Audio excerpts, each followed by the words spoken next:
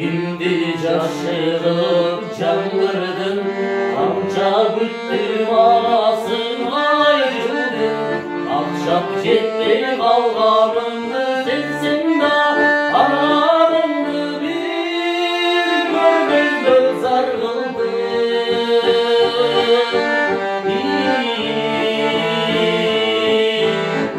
Acırattı bizi mezgül taşlarını, ayık bağlancı öptü güdardı beni. Evlat mahtum olanlarım ben değil, senin bir sesim oldu baktım.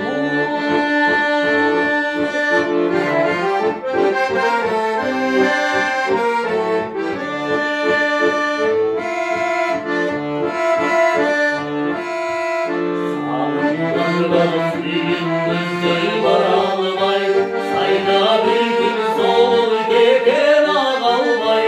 Sana benim karadırım yaram, sana hoşuz bir daim saçsam olmay.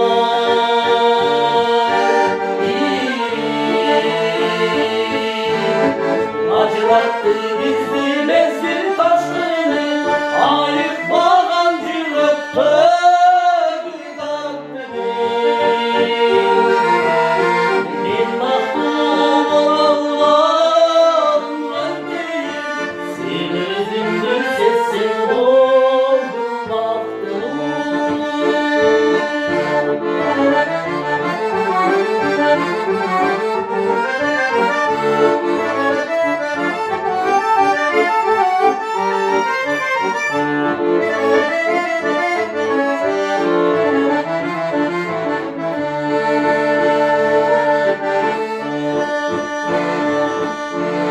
Adam çoktur bulca şunu sildirdim, aşıklıktır ağlasına bildirdim.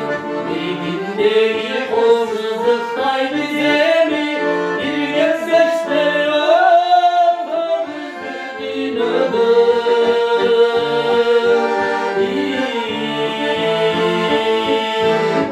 Acırattı bizi mezgil taşını, ayık bağancı öptü güdardı beni.